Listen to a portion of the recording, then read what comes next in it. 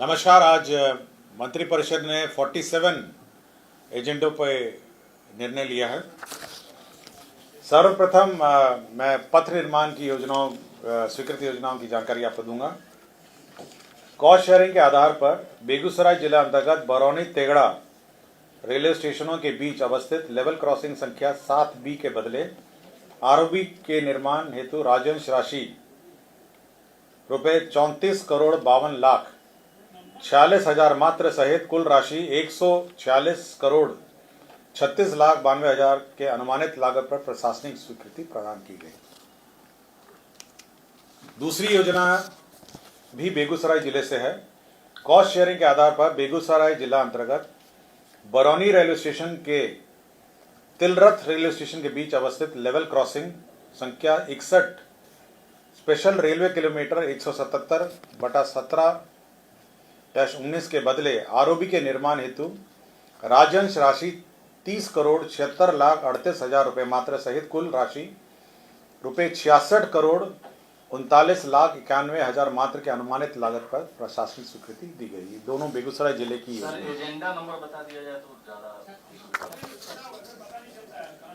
पथ निर्माण की तीसरी योजना थी। केंद्र सड़क एवं अवसंरचना निधि अंतर्गत पथ प्रमंडल सोनपुर अंतर्गत मानपुर से गरखा पथ कुल लंबाई 18.1 किलोमीटर का चौड़ीकरण एवं मजबूतीकरण कार्य कुल 81,47,58,000 रुपये मात्र के अनुमानित व्यय पर प्रशासनिक स्वीकृति दी गई।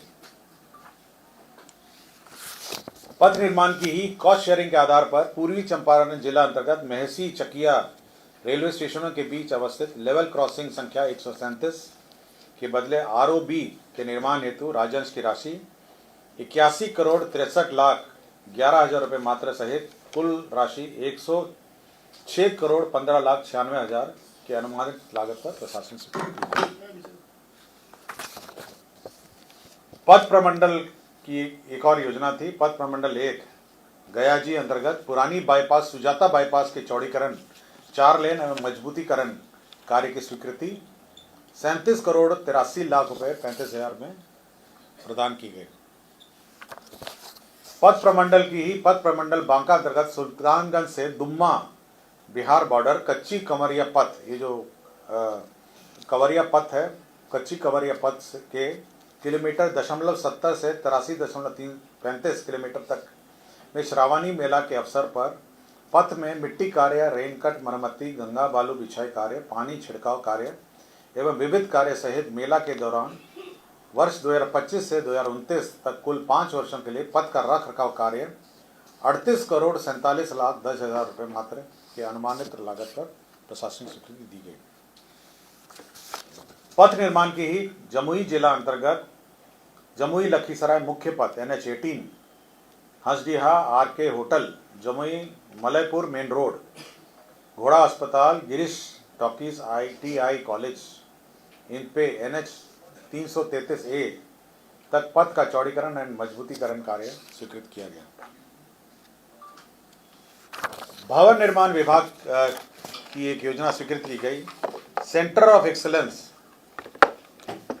एवं रिसर्च लेबोरेटरी के निर्माण के संबंध में ITI पटना एवं भवन निर्माण के बीच में समझौता जो इकरारनामा मेमोरेंडम ऑफ अंडरस्टैंडिंग की स्वीकृति दी गई और इसके संचालन में जो व्यय होगा उस पर स्वीकृति दी गई। भवन निर्माण की ही योजना छज्जूबाग पटना में वरीय पुलिस पदाधिकारी और वरीय सिविल पदाधिकारी के आवासन हेतु D टाइप एनेक्से भवन तथा गार्ड रूम के निर्माण की स्वीकृति 71,24,62,000 की दी गई। अल्पसंख्यक आवासीय विद्यालयों की भी स्वीकृति दी गई। बक्सर जिला अंतर्गत ब्रह्मपुर अंचल अंतर्गत मौजा कांट में 560 आवासन का अल्पसंख्यक आवासीय विद्यालय 53,37,56,000 रुपये की स्वीकृति दी गई।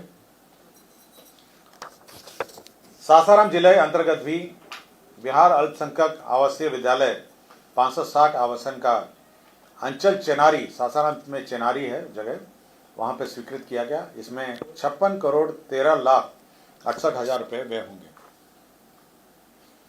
नगर विकास की स्वीकृत योजनाओं की जानकारी मैं दूंगा आपको।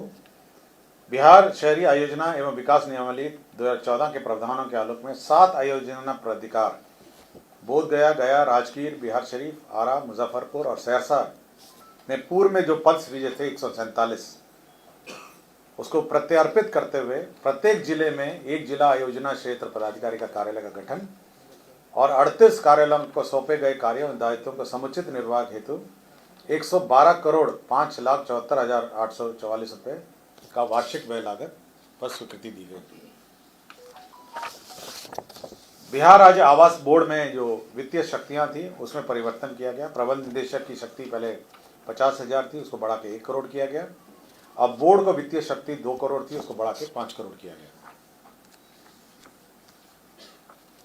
नगर विकास की ही केंद्र प्रायोजित अटल नवीकरण एवं शहरी परिवर्तन मिशन अमृत 2.0 अंतर्गत सासाराम सीवरेज नेटवर्क परियोजना लागत 455 करोड़ 61,37,000 रुपये की प्रशासनिक स्वीकृति दी गई।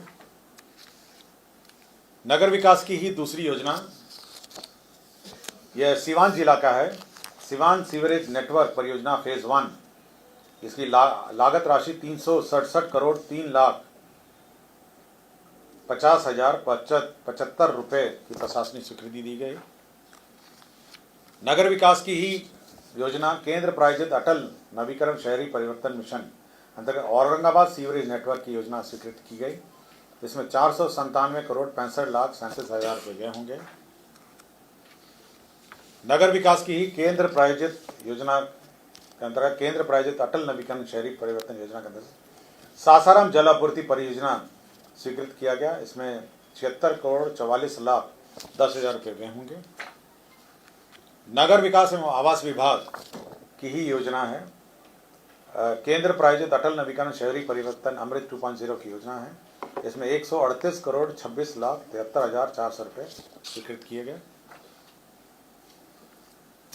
पटना के अगल बगल जितने भी नगरीय क्षेत्र हैं उनको जो ग्रामीण क्षेत्र है उसमें मर्ज किया गया। पटना जिला अंतर्गत नगर परिषद दानापुर निजामत का क्षेत्र विस्तार की स्वीकृति दी गई।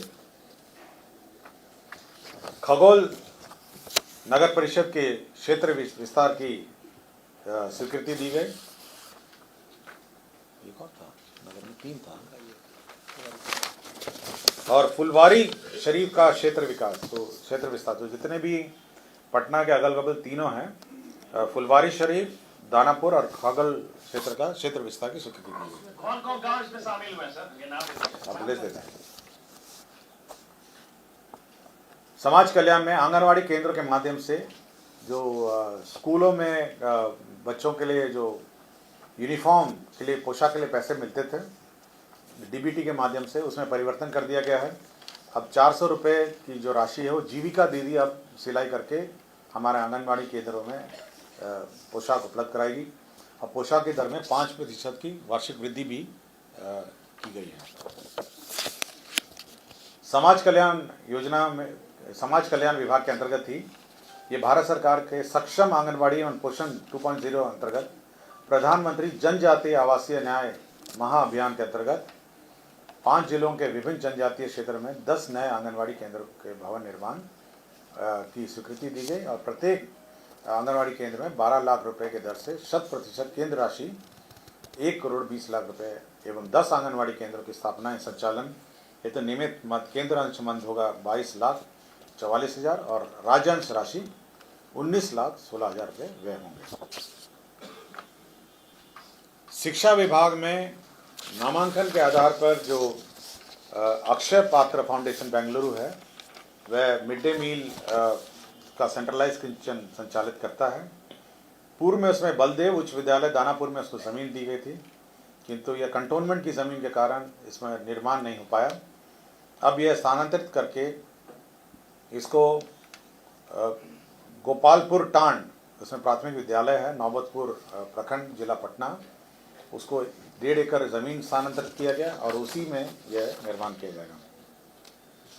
वाणिज्यकर विभाग ने बहुत महत्वपूर्ण निर्णय लिया है ऑन एयर कनेक्टिविटी के संबंध में। राज्य में जो रीजनल कनेक्टिविटी स्कीम है तो जो एविएशन टर्बाइन फ्यूल है एटीएफ, उसके दर में कटौती हुई है। अब 29% एटीएफ में जो वैट लगता था टर्बाइन फ्यूल हवाई जहाज, उसको घटा के 4% किया गया है। दाम में भी अब कमी हो जाएगी टिकट के? हाँ, इसमें दो काम होंगे, एक तो दाम में भी कम हो जाएंगे और एयरक्राफ्ट की संख्या में भी बढ़ोतरी हो जाएगी, और एयरक्राफ्ट पटना में फ्यूलिंग भी करेंगे और जितने भी हमारे रीजनल कनेक्टिविटी सेंटर्स में फ्यूल रीफ्यूलिंग करेंगे। वैट MIS की मेंटेनेंस की योजना की भी स्वीकृति दी गई। ग्रामीण विकास विभाग में national NIRD and PR Hyderabad के साथ पंचायती राज संस्थाओं, राष्ट्रीय ग्रामीण विकास एवं पंचायती राज संस्था हैदराबाद ने आर्टिफिशियल इंटेलिजेंस के क्षेत्र में सेंटर ऑफ एक्सेलेंस की स्थापना करने के लिए 5 करोड़ रुपए की स्वीकृति दी गई। बिहार में जो पुल हैं, पुल के समुचित रखरखाव एवं प्रबंधन हेतु बिहार राज्य पुल प्रबंधन एवं संधारण नीति 2025 की स्वीकृति गई। तो मेंटेनेंस ऑफ ब्रिज की योजना स्वीकृति की दी है। सर थोड़ा ब्रीफ में मिल जाए क्या है तो आपको दे देंगे, अब एक साथ लिख के रखिए, मैं एक साथ आपको सप्लीमेंट्री का जवाब दूंगा। बिहार अभियंत्रण सेवा शिक्षा सेवा नियमावली 2020 के अंतर्गत राजकीय अभियंत्रण महाविद्यालय में सहायक प्राध्यापकों की जो नियुक्ति हो रही थी, उसमें जो गेट स्कोर से नहीं नियुक्ति, जिसका गेट स्कोर निर्धारित नहीं है, उसके लिए परीक्षा का एक प्रावधान किया गया और उसकी परीक्षा का व्यवस्था किया गया है और उसी में ब्रेकअप है कि कितने कैसे कैसे वो परीक्षा आयोजित की जाएगी। इसी तरह पॉलिटेक्निक में भी पहले गेट स्कोर जहाँ नहीं है वहाँ पर भी आपका परीक्षा का प्रावधान किया गया है और उसी का नियमावली में संशोधन किया गया। कृषि विभाग में बिहार कृषि अधीनस्थ सेवा कोटि 9 भर्ती प्रोन्नति एवं सेवा शर्त नियमावली 2025 का गठन किया गया है।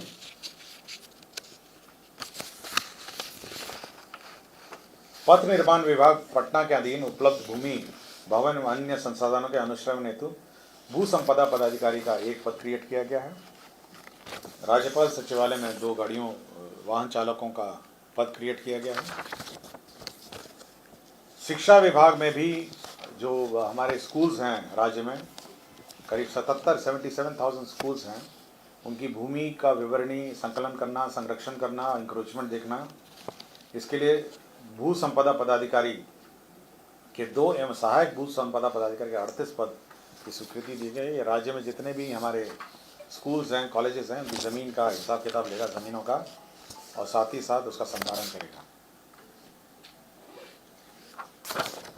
बिहार शिक्षा प्रशासन संवर्ग नियमावली 2025, आपको याद होगा कि पिछली बार पिछले 2 कैबिनेट पूर्व जो शिक्षा विभाग का जो संवर्ग है, प्रखंड और प्रखंड से नीचे वाला, उसका सेवा नियमावली स्वीकृत हुआ था। उसी में पद सृजित हुए हैं, जिसमें शिक्षा विकास पदाधिकारी जो प्रखंड स्तर का पद है 568 होंगे और हर पंचायत में, हर 10 पंचायत में एक पदाधिकारी होगा जो सहायक शिक्षा विकास पदाधिकारी, 1503 पद होंगे।